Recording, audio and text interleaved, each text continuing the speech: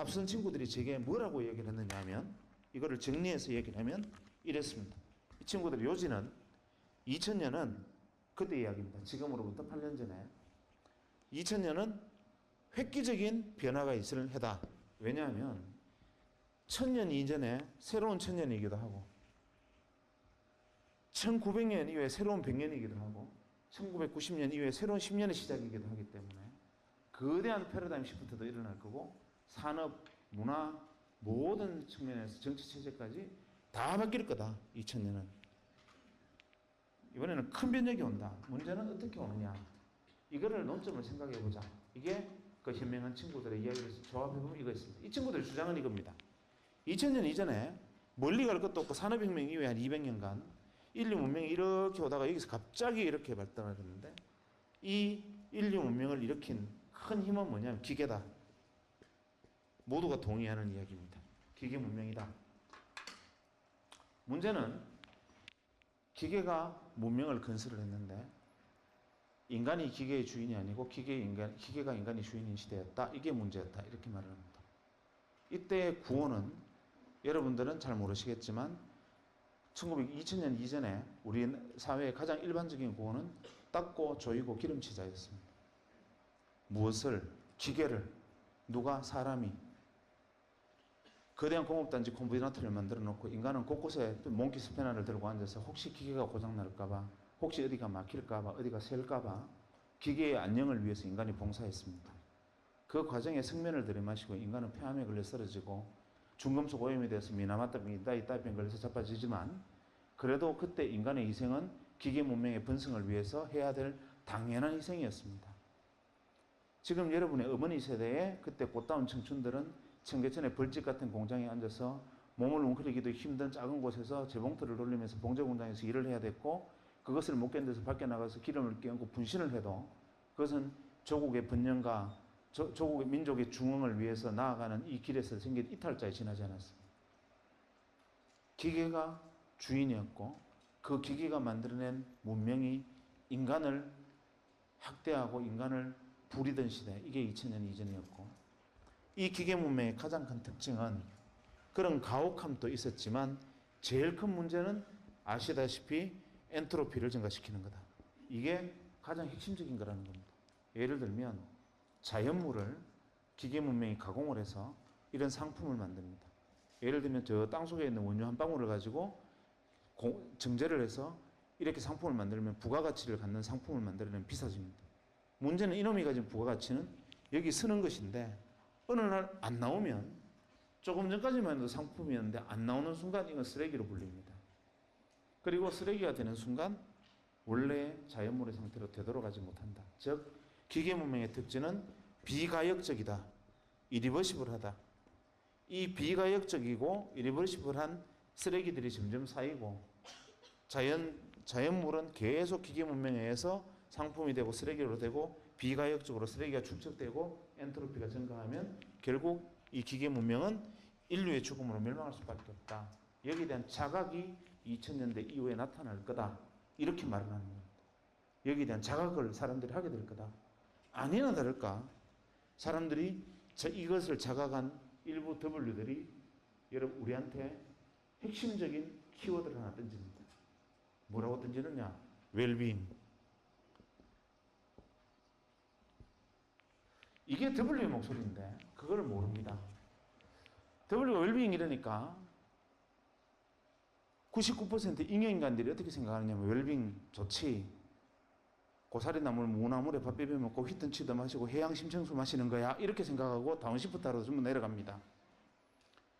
이 사람들이 말하는 웰빙은 뭐냐? 웰빙, 잘 살자는 거죠. 뭐가? 기계가 아니라 사람이 잘 사는 시대. 결국 핵심 화두는 휴먼, 사람이라는 건데 이거를 그냥 우리가 다운시프트에서 나물 뜯어먹고 뭐 백이 숙제처럼 살아가자 이런 식으로 99%는 이해를 한 거죠. 그러면서 이 사람들이 제게 다시 이렇게 얘기했어요. 웰빙, 즉 사람의 시대다. 머신의 시대가 아니다. 사람 하면 떠오르는 게 뭐냐? 한번 생각해봐라. 답이 떨어진다. 이렇게 말합니다. 뭘까? 인간. 안 아프고 오래 살아야 되니까 의학, 약학. 이건 기본이다. 두 번째, 건강을 증진해야 되니까 헬스케어. 그 다음에 바이오. 이것도 두 번째 떠오르는 생각이다. 세 번째, 인간을 즐겁게 하는 게 뭐가 있겠나? 지금까지 인간이 괴로웠지만 이제 인간을 즐겁고 싶을 거다. 레저, 엔터테인먼트 이런 게 세 번째 그룹이 될 거다. 또 뭐 있나? 엔트로피가 증가하는 것을 막아야 되고 이 비가역적 생산물이 생기는 것도 막아야 되고 그 다음에 이것들을 증가하는 걸 막으려면 화석연료 사용을 줄여야 되니까 대체 에너지 같은 것도 나타날 거다. 에너지가 문제가 될 거다.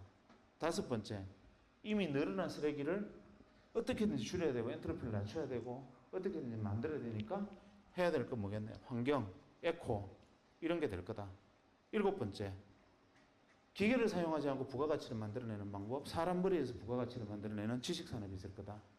최소한 이 정도가 2000년대에 새로운 더블일 거다라고 저한테 이렇게 그 사람들이 이야기를 들려줬습니다. 지금으로부터 한 7, 8년 전에. 그래, 이게 정답이구나라고 배웠죠. 그때 당시에 많은 사람들은 이랬습니다. W들이 2000년에 W를 쓰면서 웰빙 이렇게 말합니다. 앞으로 150년 이내에 지구의 절반이 물에 잠긴다. 이렇게 말을 하면 0.9% 통찰력 있는 인간들이 그래 큰일 난다. 그 해법을 가진 W들이 누구냐.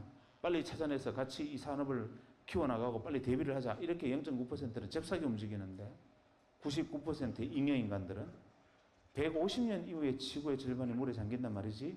내가 죽고 난 다음이네 뭐. 이게 99% 잉여인간들의 보통의 생각이었습니다. 정답은 저로서는 굉장히 쉬운 선택이었습니다. 저는 의사니까 의학과 분야에서 저로 들어가 있었고 제가 잘할 수 있는 건 헬스케어 바이오 쪽이니까 그래서 그때 2001년도에 2000년 말에 생긴 작은 성취를 이 바이오 산업에 뛰어드는데 사용을 했고 그때 제가 시작한 이 유전자 진단 사업이 이제 한 6년 만에 자리를 잡아서 내년에 코스닥에 상장을 하게 될 겁니다. 이게 이제 바이오까지였고 그 다음에 대체 에너지나 뭐 에코 이 부분은 제 전공이 아니니까 그만두자. 마지막 지식산업 이거는 해볼 만하다. 이 지식산업은 주로 어떤 게 지식이 있을까? 쉬웠죠. 예를 들면 여러분들 중에 서울에 광화문에 파이낸스 센터를 한번 가보세요. 기회가 있으면. 가보면 지하에 가서 그냥 그 뭐 똠양꿍 이런 거 먹으러 가지 말고 위에 가보면 입주업체 명단을 한번 보세요. 위에 보면은 뭐 스탠다드 채터드 커스타디부도 거기 들어와 있고 도이치뱅크 들어와 있고 김현장 법률사무소 광화문 사무소도 들어와 있고 그다음 맥킨지 컨설팅도 들어와 있고 거기 쭉 들어와 있습니다. 저는 가끔 갈 때마다 그 생각을 합니다. 현대자동차 울산 공장에 거대한 공장을 만들고 수만 명의 근로자들이 일을 하고 엄청난 화석에너지를 소모하면서 엔트로피를 증가시키는 사업들하고 화석연료를 사용합니다. 그렇게 해서 하루에 벌어들이는 돈이 잘 나가면 한 10억, 재수 없으면 못 벌 때도 있습니다. 파이낸스센터에서 광화문 파이낸스센터 건물 하나에서 생기는 거래되는 부가가치의 크기는 현대자동차 울산공장에서 생기는 부가가치보다 10배는 넘습니다. 아니 어쩜 100배쯤 될지 모릅니다. 그런데 그 엄청난 부가가치를 창출하고 거래하는 파이낸스센터의 생산시설이 뭐냐? 아무리 돌아봐도 옥상에서부터 1층까지 기계라고는 없습니다. 사무실마다 들어가 봐도 책상에 화분 몇 개 있고 컴퓨터 몇 대 있고 사람들 왔다 갔다 하고 이게 전부입니다. 어떠한 연료도 화석연료도 사용하지 않고 기계도 없고 생산물도 만들어내지 않는데 부가가치는 어마어마한 부가가치를 쏟아내고 있습니다. 반대쪽 울산에 가면 현대중공업, 현대자동차 거대한 장치에 경기가 좋을 때는 흥청망청하다 경기 나쁘면 전부 실업자 됐다가 이런 일들이 반복되면서 지금도 거대한 생산시설을 운동하고 있지만 그 가치는 파이낸스센터 하나에 들어와 있는 가치의 10분의 1도 안 됩니다. 하루 생산 기준으로. 뭘까? 여기에 정답이 있는 거죠. 기계문명의 시대에는 기계를 통해서 부가가치가 나옵니다. 인간은 어떤 인간이어야 되느냐면 기계의 안녕을 위해서 또 일사불란한 기계문명의 거대한 컴비나트나 공급단지 시스템에 맞는 인간이 복무해야 됩니다. 그렇게 만들어져야 됩니다. 인간은 볼트가 너트에 맞는 볼트를 만들어야지. 너트는 딱 이렇게 정해져 있는데 볼트가 너무 크다든지 너무 작으면 쓸모없는 인간이 됩니다. 그냥 아무 생각 없이 선반 작업, 밀링 작업을 하면서 계속 손을 넣었다 뺐다 넣었다 뺐다 이것만 단순 반복하면 문제가 없으나 왜 내가 이 짓을 하고 있어야 되는 거야 라고 생각하는 순간 손목이 들컥 날아갑니다. 벌집 같은 공장에서 왜 내가 이것을 하고 있어라고 생각하는 순간 분신을 하든지 아니면 가서 머리채 끌려나가든지 이렇게 소위 말하는 사회 부적합형 인간이 됩니다. 이 시대에는 일관된 프로세스와 모든 것이 정해져 있는 데에서 왜라는 질문은 금기였습니다.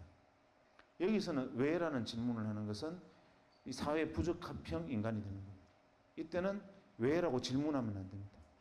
거기에 가장 맞는 최선의 인간들이 만들어지고 길러져야 하던 시대고 그것이 이 시대의 인간이었고 산업이었고 주체였습니다. 여기서는 아무것도 단순한 생각만으로 왜라는 질문이 없이 할 수 있는 일은 단 하나도 없습니다. 그냥 이유 없이 워드 프로세스 자격증 하나 가지고 주는 문서 타이핑하는 사람조차 없습니다. 모든 것이 왜에서 출발합니다. 여기서는 why라고 말하지 않는 한 이 공간에서 한 시간도 버텨내지 못합니다. 벌써 여기에는 아무 문해와 문해충일 경우에 가장 성실한 인간이 되고 그렇게 될 수밖에 없고 이 구조는 사회는 직렬 구조입니다. 위에서부터 지시하면 따라오고 지시하면 따라와서 일사불란하게 아웃풋을 만들어야 됩니다. 이 과정에서 조금만 미스매치가 생기거나 여기서 왜라면서 딜레이가 되면 아웃풋이 팍 줄어듭니다. 이건 제거해야 될 인간입니다. 이 사고방식이 여러분들이 잘 알고 있는 미국의 1800년대로 돌아가 보면 1980년대로 돌아가 보면 전 세계 제조업의 가장 핵심 기업이면 제일 먼저 떠오르는 게 제너럴 일렉트릭입니다. 제겔치가 GE를 살렸다고 표현을 했는데 사실 GE를 잘 살렸는가 잘 생각을 해보면 어떻게 됐습니까? 제겔치가 처음에 살린 게 아니라 한번 시행착오 끝에 살립니다. GE가 산업문명이 쭉 발전하다가 이 단계에 미국은 우리보다 빨리 도달한 거죠. 인건비는 오릅니다. 더 이상 화석연료 떼가면서 나쁜 것도 하기도 어려워졌습니다. 생산성이 떨어져요. GE가 위기에 빠집니다. 우리보다 20년 전에. 그래서 GE는 결단을 내렸습니다. 어떤 결단을 내렸느냐. 기계문명 시대에 맞는 결단을 내립니다. 사람을 쥐어짜자.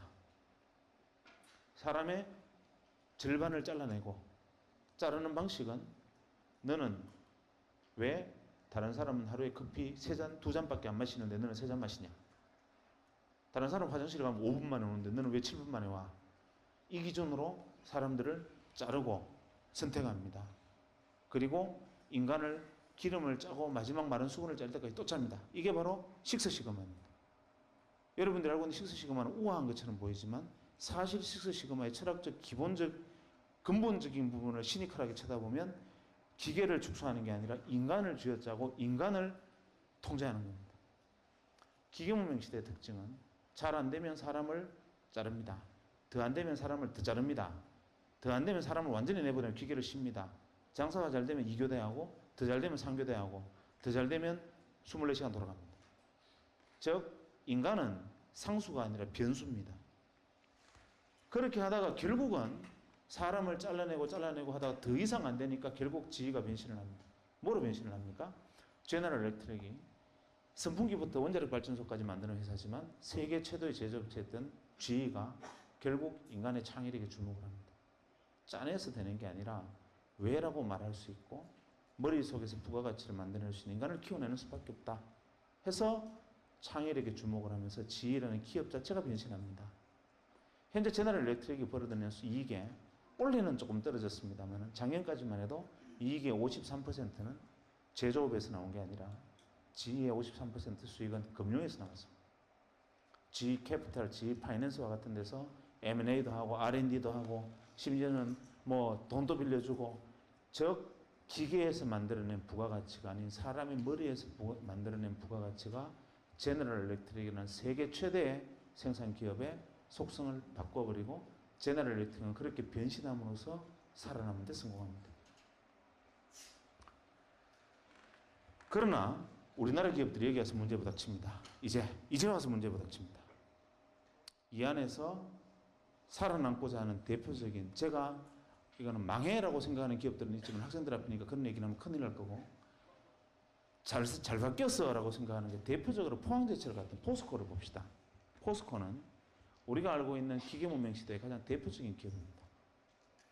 붉은 고로에 코크스를 떼서 쇳물을 녹여냅니다. 그리고 어마어마한 에너지를 소모합니다. 그런 포스코가 환경기업이다 이렇게 표현하면 말이 되는 소리입니까? 아닙니다. 그러나 포스코는 분명히 환경기업입니다. 포스코는 파이넥스 공법이라는 공법을 만들었는데 연료를 15% 정도 덜 사용합니다. 세계 모든 조선소보다 원료를 15% 덜 사용하니까 연료비 절감이 문제가 아니라 어떤 이익이 생겼느냐면 조선소 기준으로 할당받은 탄소 배출량에서 여유가 생겼습니다. 이제 한 20% 정도까지 이 연료를 덜 사용하다 보니까 탄소 배출권이 20% 정도가 남았어요. 그러니까 탄소 배출권 시장에서 포스코가 탄소 배출권을 팝니다. 황당하지 않습니까?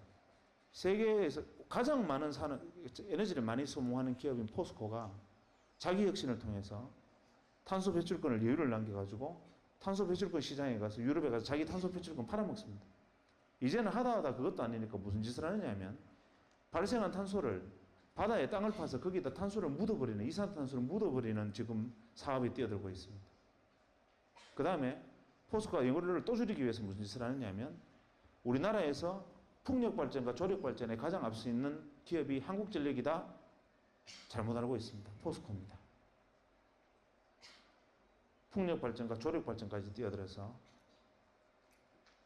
이미 환경, 소위 말하는 에코, 녹색 그린 자켓을 입고 돌아다니는 지가 오래됐습니다. 그래서 그 중무장대산업 포스코가 지금 워렌 버핏이 투자해놓고도 더 많이 투자하지 못해서 안타깝다는 평을 들을 만큼 변신에 성공합니다. 여기에 속한 기업이 이 옷을 입고 바뀌어간 것이죠. 이런 것들이 바로 우리가 보아야 할, 큰 버드뷰로 보아야 할 변화와 인식들입니다. 과거에는 직렬구조, 위에서 밑으로 일사불란하게 지나가는 것이 중요했다면 지금은 병렬구조여야 합니다. 직렬구조에서는 왜라는 질문이 없습니다. 거물코처럼 이어진 병렬구조는 수많은 사람들이 평등한 네트워크를 낮추고 몸을 낮추고 같은 레벨에 서서 서로 왜라는 질문을 던지다 보면 그 왜가 뭉쳐서 거대한 창의성이 됩니다. 직렬이 아닌 병렬, 수직이 아닌 수평, 이런 시대가 벌어지고 있는 거고, 그러다 보니 과거에는 나는 여기에 서거나 여기에 서거나 여기에 설 수밖에 없었지만 지금은 때에 따라서는 동일한 선상에 설 수 있고 때로는 CEO만큼 중요한 역할과 중요한 의문을 나도 던질 수 있는 사람이 되기도 합니다. 대신 나 한 사람이 그렇게 잘나서 나 없다고 세상이 잘 돌아가는 세상도 아닌 게 됐고, 그래서 이런 시대를 가르쳐서 우리는 웹 2.0의 시대라고 부르기 시작했습니다.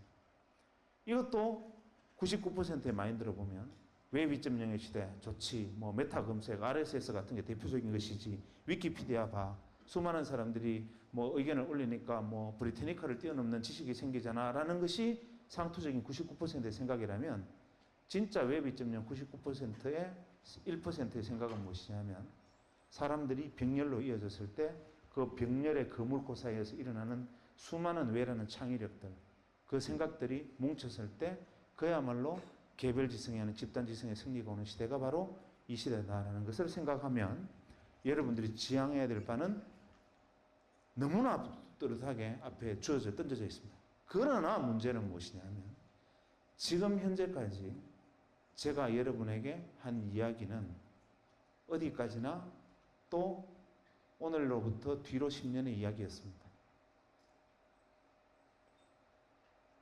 지금 저는 상당히 좀 고민에 빠져 있습니다. 2008년이 벌써 중간쯤 접어들고 있고 또 한 1년 정도 지나면 어느새 2010년에 접어듭니다. 분명히 지금 누군가는 지금 제가 말하고 있는 것이 아닌 새로운 W를 들고 나올 겁니다. 내가 보지 못하는 세상을 보고 내 생각이 닿지 못하는 곳에 생각이 미친 사람들이 지금 오늘 제가 한 이야기가 아닌 상상도 할 수 없는 어떤 이야기를 들고 와서 또 뭐라고 주장을 할 텐데, 저는 두려운 것이 그 사람 이야기가 돈키호테야 이렇게 들릴까봐 걱정스럽고 그게 안 보이는 게 고민입니다.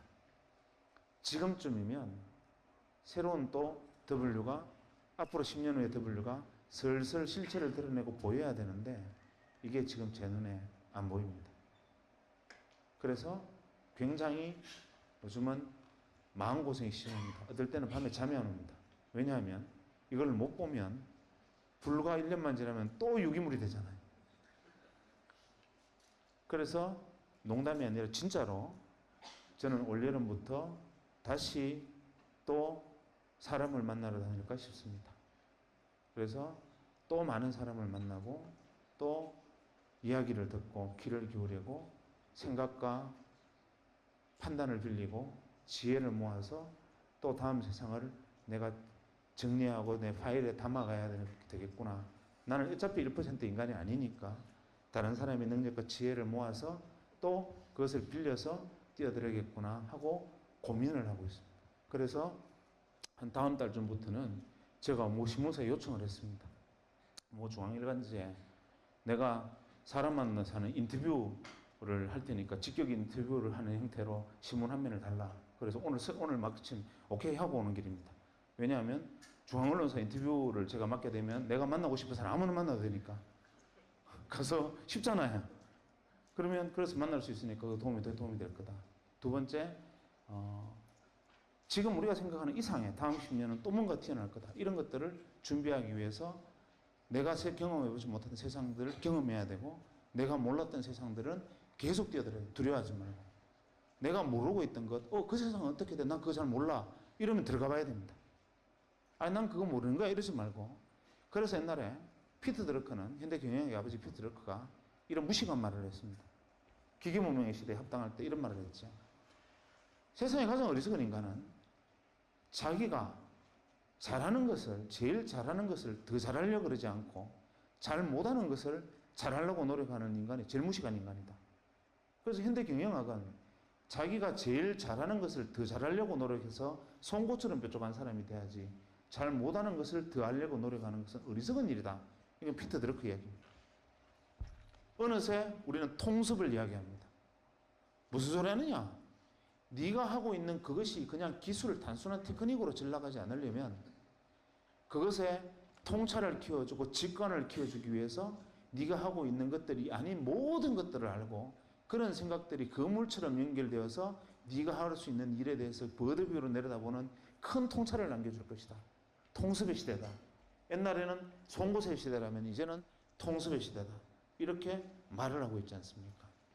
그러니까 여러분들은 지금 저보다 훨씬 많은 고민에 빠져 있어야 됩니다. 왜냐하면 이제 저는 40대 중반이니까 아니면 말고 그냥 유기물이면 됐대. 유기물도 좀 폼나는 유기물이니까 이제 됐잖아. 이렇게 해도 그만입니다. 하나, 이제 여러분들은 어떻게 보면 자기 생에서 내가 꿈꾸고 내가 생각했던 것을 실제로 실행해 볼 수 있는 처음 단계에 막 발을 들여놨습니다. 인간은 20대에는 무엇인가를 하기 위한 준비를 하는 단계고 30대는 그 준비된 것을 가지고 실행하는 것이고 40대는 실행된 것을 지키는 겁니다. 40이 넘어서 무엇인가를 실행하는 것은 불가능합니다. 그래서 공자는 40을 유혹이 없는 나이 불혹이라고 그랬어요. 30에 실행하지 못하면 40은 존재하지 않습니다. 문제는 20에 준비되지 않으면 30에 실행되지 않습니다. 그래서 지금 여러분은 하루하루가 너무나 소중하고 하루하루가 자기 미래 생을 결정하는 어떻게 생각하면 정말 오늘 내가 이 자리에서 그냥 가만히 앉아 시간을 보내고 있다는 사실이 진저리가 날 정도로 현재의 모습에 대해서 자각을 해야 됩니다. 제가 이만하면 먹고 살만하지 않습니까? 직업이 의사고 나름대로 폼나는 일도 많이 하고 돈도 좀 벌었는데 뭐가 답답해서 앞으로 10년이 뭘까를 고민하고 또 사람 만나러 다녀야 되겠다 이렇게 생각을 하고 있는데 하물며 여러분은 제가 10년 후에 어떤 W가 있겠습니까? 이제 2년 후에는 어떤 것이 주인이 되겠습니까? 라고 물으면 여기 있는 사람 중에 아무나 손 들고 나와서 내 생각은요? 라고 2시간 동안 이야기할 수 있어야 됩니다. 학생은 앞으로 2년 후에 W가 새로운 W가 어떤 거라고 생각하나요? 라고 제가 질문을 던지면 제 생각에는 이렇고 이런 이유로 해서 내가 생각할 때는 이것이 새로운 W가 될 것 같아요 라고 이야기할 수 있는 준비가 되어 있느냐 라고 제가 여러분에게 물었을 때 여러분 준비되어 있습니까? 그런 준비가 돼 있어야 되고 최소한 그 준비를 하기 위해서 치열해야 됩니다. 그러기 위해서는 자각과 자기애가 필요하고 자기를 철저하게 치열하게 사랑해야 되고 자기를 믿어야 됩니다.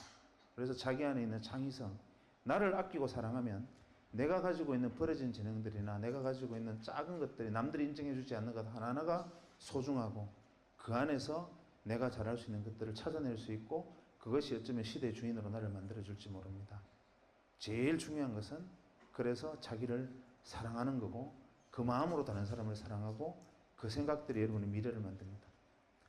지난해 타임즈의 표지 모델이 누구였든지 기억하고 계시죠? 바로 유. 타임즈 표지 모델이 사람이 아니었고 바로 손가락이 딱 그려져서 유 이렇게 돼 있었죠. 의미심장한 겁니다. 예전에는 특정 엘리트한 사람을 원래 인물로 뽑았지만 지난번에 타임즈는 여기 있는 한 사람 한 사람 당신이 바로 원래 인물입니다. 중요한 이야기를 던진 겁니다. 여러분 한 사람 한 사람이 우주고 여러분의 창의성을 어떤 식으로 키워나가느냐에 따라서 여러분의 시대의 주인이 될 수도 있고 잉여인간이 될 수도 있습니다. 선택은 여러분에게 있습니다. 들어서 고맙습니다.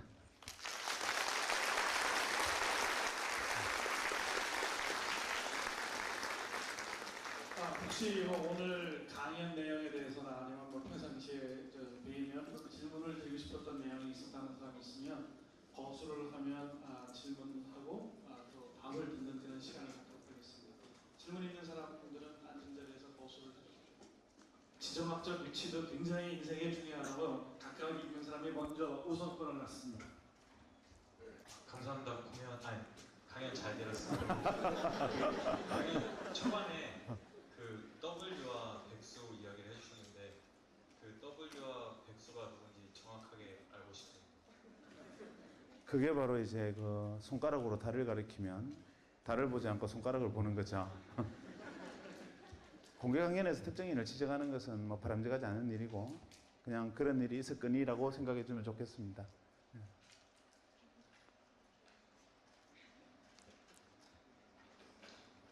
혹시 뭐 치질에 대해서 궁금하다든지. 좋은 말씀 많이 들어서 감사합니다. 제가 드린 질문은 앞으로 정보사회가 좀 정보력이 돈이 되는 사회가 될 것 같은데 지금은 너무 이렇게 선별되지 않은 정보들이 인터넷에 너무 많이 나돌고 있는 것 같아서 이제 앞으로 제가 봤을 때는 좀 선별되고 정제된 지식들이 돈이 많이 될 것 같은데 그런 지식들을 어떻게 선별을 하면 어떻게 선별을 할 수 있고 그것들을 파는 게 좀 돈이 될 것 같은데 그 부분에 대해서 어떻게 생각하세요? 굉장히 어떻게 답하려면 굉장히 큰 질문이 어떻게 보면 쉽게 얘기를 하면 되는데 일단은 몸매가 자꾸 비슷해서 좀 마음 편하네요. 저는 역사의 공진화를 믿습니다. 공진화라는 게 어떤 말이냐 하면 때에 따라서는 필요 없어 보이는 것들이 다 필요한 것이라는 뜻입니다. 예를 들면 자본주의가 이만큼 발달할 수 있을 텐데 최대 공로자는 저는 레닌과 스탈린이라고 생각합니다. 만약에 막스가 공산당 선언을 통해서 노동자의 단계를 하라 이런 말을 하지 않았으면 그때 자본주의는 교만에 빠져서 돈만 보고 성취만 보고 앞으로 달리다가 결국은 혁명에 의해서 전복됐을 겁니다. 그런데 과거에 노동자의 단계를 하라 해서 노동자들이 뭉치니까 막 소비에트 같은 것도 생기고 막 그 동구의 공산화도 되고 무서운 장면들을 많이 봤기 때문에 자본주의가 뒤를 돌아보면서 앞으로 가게 된 겁니다. 그래서 최소한 뒤를 돌아볼 수 있는 걸음을 갈 수 있는 그러다 보니까 지금은 사람의 얼굴을 가진 자본주의 이런 말이 나오게 된 이유도 어떻게 보면 넓은 의미에서 공산당이 있었기 때문입니다. 그래서 공산당이 자본주의의 이 존속의 가장 큰 공로자인데 매번 이런 식입니다. 우리가 예를 들어 통증을 느끼지 못한다면 우리는 어디 가서 불에다 손이 다 타버릴 거고요. 그래서 불필요한 것은 없다라는 관점에서 보면 지금과 같이 검증되지 않은 정보들, 무수한 정보의 바다 속에서 홍수처럼 후적거리다 빠져 죽는 것이 아닌가라는 것도 하나의 단계이고 그것도 하나의 진화의 과정일 거라고 생각을 합니다. 문제는 그 안에서 수많은 정보, 꼭 인터넷을 떠나서라도 한 개의 학문이나 한 개의 어떤 주제에 대해서도 엄청난 정보량들이 있습니다. 그 중에서 나는 어떤 것을 취하고 어떤 것을 버려야 할지를 선택하기 어려운데 그것을 선택하는 것이 바로 안목이고 직관입니다. 그러기 위해서 필요한 것은 다른 사람보다 좀 더 뛰어난 직관력을 가지는 것이고 다른 사람이 보지 못하는 것을 보는 건데 저는 이렇게 생각합니다. 예를 들어서 여러분들에게 항상 권고하고 싶은 것이 무엇이냐면 당신이 무엇을 전공했든 간에 무엇을 하는 사람이든 간에 만약에 당신이 직관이나 통찰에 관심이 있다면 제일 먼저 당신이 접해야 되는 것은 예술이다. 왜 그러냐면 국립현대미술관에 가보면요. 그 3층에 가면 재밌는 그림이 있습니다. 그 사랑이라는 주제로 이 큰 캔버스에 대충 그림을 그려놓고 칼로 쭉 찢어놓은 그림이 있습니다. 꽃으로. 이걸 보고 사랑이다 붙여놨어요. 지나가는 사람들이 지나가다가 사랑 좋아하는 애가로 지나갑니다. 언제 한번 제가 직접 목격한 일인데 그 작품 앞에 서서 어떤 사람이 한 30분을 서 있더니만 눈물을 뚜루루 흘렸어요.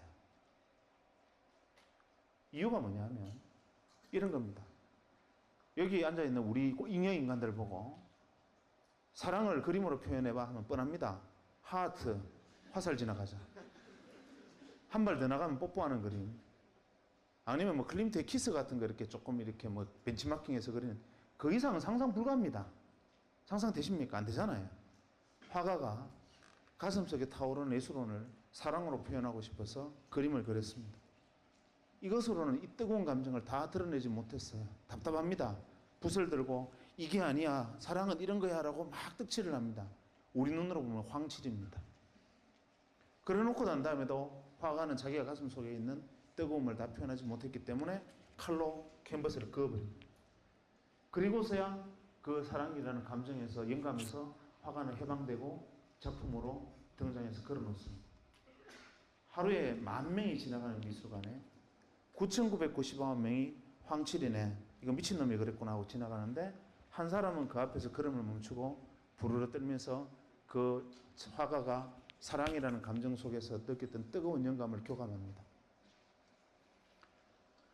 예를 들면 영화를 보면 여기 있는 우리 모두가 공짜 영화를 한 편 보면 재밌게 다 봅니다. 왜냐하면 우리가 영화가 재미없다라고 말하는 것은 돈 내고 찾아갔던 데 비해서 크게 재미가 없다지. 그래도 애써 만든 영화가 그냥 볼 때마다 짜증나는 영화는 드물지요. 그래서 우리 영화를 보면 재밌습니다. 이유는 이야기하지요. 음악 들려주지요. 배경 보여주지요. 시청 각오로 나는 입만 벌리고 있으면 다 떠먹여줍니다.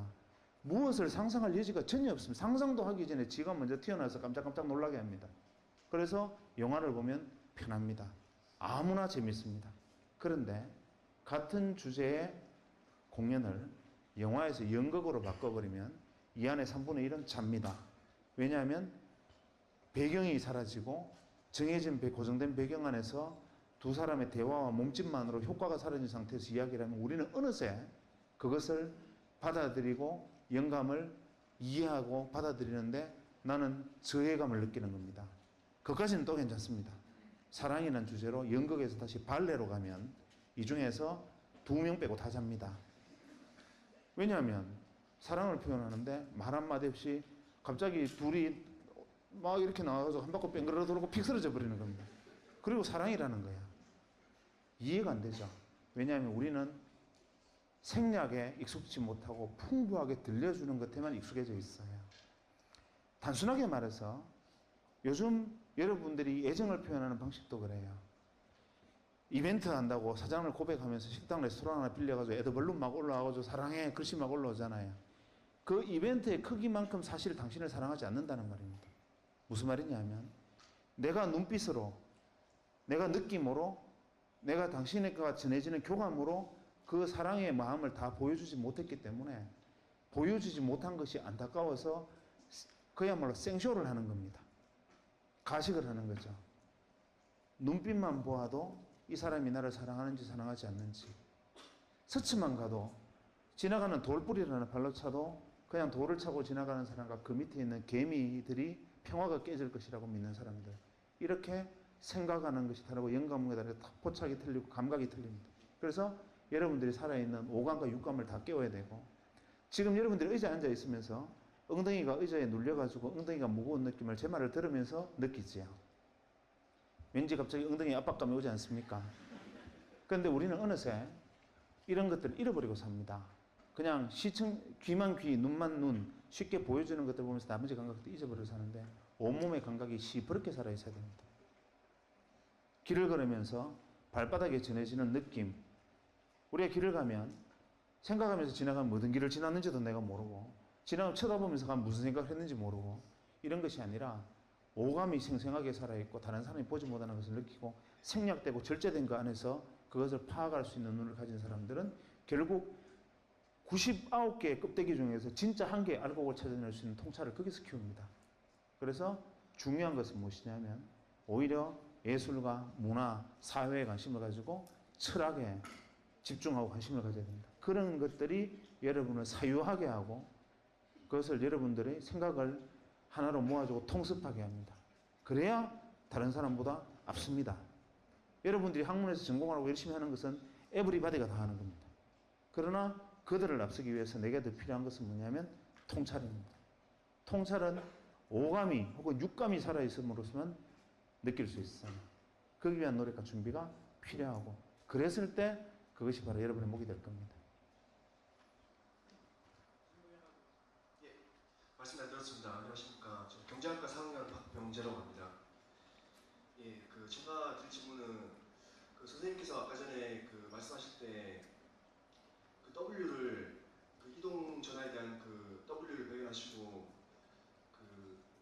회사에 주식을 사실 때 선생님께서 가지고 있던 직업이나 어떤 그런 것들을 포기하지 않으시고 그쪽으로 이제 배신을 하시지 않으셨습니까? 제가 여기서 의문이 들었는 게, 제가 만약에 W를 발견하게 된다면, 만약에 나중에 제가 공부하고 있고 제 직업이 있는데 제가 발견한 W는 제가 관심을 가지고 있고 제가 배신했던 분야가 아닙니다. 그럴 경우에 제가 지금까지 공부했던 거 그리고 직업 같은 거를 포기하는 게 옳은 건지 그걸 보시죠. 성취라는 것에 대한 차이가 있는 겁니다. 예를 들면 제가 하고 있는 의사라는 직업은 굉장히 특별한 직업입니다. 예를 들면 제가 칼을 들고 수술실에 서 있을 때는 이 사람이 무엇을 하는 사람이든 누구이건 이 인생에서 가장 절박한 순간입니다. 이 사람은 내가 어떤 수술의 결과를 가져오느냐에 따라서 자기가 누구이건 간에 생사가 갈라집니다. 그러니까 의사라는 직업은 굉장히 특별한 것이고, 그래서 나는 그 직업을 제가 그만둘 생각은 추호도 없기 때문에, 예를 들면 제 일의 가치가 어디에 있느냐의 문제, 우리가 직업이라는 것을 경제적 이익, 사회적 명예 혹은 성취 여기에 둔다면 더 나은 성취나 더 나은 이해를 줄 수 있는 것을 위해서 과감하게 버리는 것이 맞습니다. 하나, 모든 직업이 마찬가지겠지만 당신이 가지고 있는 직업이 철학적으로 내가 가장 소중하게 생각되는 것이라면 그럴 필요가 없습니다. 그러기 위해서는 그것을 지키고 가는 것이지, 우리가 개 끌고 가다 보면요, 돈도 마찬가지입니다. 우리 개 데리고 산책을 하면, 줄 끌고 가면 개가 내 앞에 왔다 갔다 뛰다니다가 목적지에 도달합니다. 이 개가 지가 나를 데리고 왔다고 생각해요. 지가 나를 끌고 왔다고 생각합니다. 사실은 개줄 잡고 있는 내가 가는 대로 지가 앞뒤로 왔다 갔다 온 것인데 개는 그렇게 생각할 겁니다. 때로는 우리는 줄에 매달린 개와 같은 삶을 살고 있을 수도 있어요. 돈이나 성취 이런 부분들도 내가 가고자 하는 바를 뚜벅뚜벅 걸어가서 내가 가고자 하는 소중한 곳에 도착을 했을 때 내가 지나온 걸음 하나하나에 맺혀져 있던 열매를 담아보니 그것이 돈일 수도 있고 성취일 수도 있고 명예일 수도 있고 그러한 것들이 주어져 있다면 개를 끌고 온 개 주인이지만, 그것을 위해서 내가 그것을 일로 매진해서 그것만 위해서 내가 방향을 바꾸고 뛰어가면 개줄에, 주인의 줄에 목이 메어진 개나 다름없는 신세가 될 거라는 거죠. 그래서 결국은 어디에 오너십을 갖느냐는 겁니다. 모든 직업이 소중하다는 틀렸습니다. 그냥 내가 그 직업이 밥을 먹기 위한 직업이냐, 내가 의미를 가지기 위한 직업이냐, 거기서 내가 가치를 어디에 두느냐. 우리는 대개는 그것을 경제적 성취나 뭐 사회적 성취에 포인트를 맞추긴 하지만 제 경우에는 그랬단 말입니다. 제 경우에는 혹시나 다른 분들도 마찬가지예요. 이 중에 유치원 교사가 되는 분도 있고 대학에서 학생을 가르치는 분도 있고 때에 따라서는 어디 공무원하실 분도 있는데, 그 직업의 가치와 철학에 내가 매료되어 있는 사람들은 그것이 제1의 중요한 것이 그걸 버리고 그것을 다른 걸 선택하는 것은 내가 개개해야 되겠다는 소리입니다. 그것은 지켜나가면서 할 수 있는 세상이 충분히 가능하고 저를 보세요. 제가 사실은 명함에 그냥 외과에서 박경철 이렇게 찍혀있는데 명함에 만약에 제가 쓸데없는 하고 있는 사기꾼 비슷한 직업을 다 집어넣으면 한 30가지는 될 겁니다. 그런데 할 수 있지 않습니까? 가능합니다. 그죠? 그래서 어떤 선택을 하느냐는 자기의 소신과 철학에 달려 있습니다.